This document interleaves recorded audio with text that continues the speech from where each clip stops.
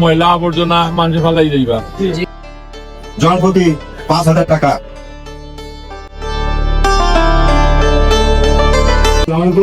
মাননীয় প্রধানমন্ত্রী জনাব তারেক রহমান এমপি কর্তৃক সারা দেশের 12টি সিটি কর্পোরেশনের পরিচ্ছন্নতা কর্মীদের ঈদ সেলামি হিসাবে জনপ্রতি 5,000 টাকা যে বরাদ্দ করেছেন। আজকে সিলেট সিটি কর্পোরেশনে আমরা এটা আনুষ্ঠানিকভাবে ঈদের আগেই পরিচ্ছন্নতা কর্মীদের হাতে তুলে দেওয়ার উদ্যোগ গ্রহণ করেছেন সিলেট সিটি কর্পোরেশনের মাননীয় প্রশাসক মহোদয়। বিসমিল্লাহির রহমানির রহিম। মাননীয় প্রধানমন্ত্রী আগামী দিনের এদেশের উন্নয়ন এবং অগ্রগতি প্রতীক, যিনি জাতিকে নেতৃত্ব দিচ্ছেন, আমাদের প্রিয় নেতা জনাব তারেক রহমান এমপি ব্যক্তিগত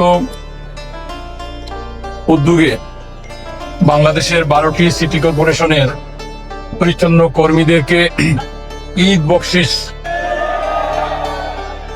প্রধানমন্ত্রীকে ধন্যবাদ এবং পাশাপাশি আমাদের ড্রাইভার এবং সুপারভাইজারকে অন্তর্ভুক্ত করার জন্য আমরা মাননীয় প্রশাসক মহোদয়ের কাছে কৃতজ্ঞতা প্রকাশ করছি।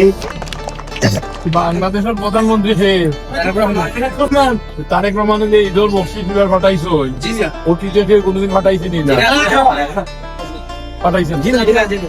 এখন আপনারা একটা দায়িত্ব জানি সিলেট শহরটারে এই যে ঈদুল বন্ধ হইব, তারপরে বিভিন্ন ভাবে অন্য সময়ের যে বেশি ময়লা আবর্জনা মানুষে ফেলাই যাইবা।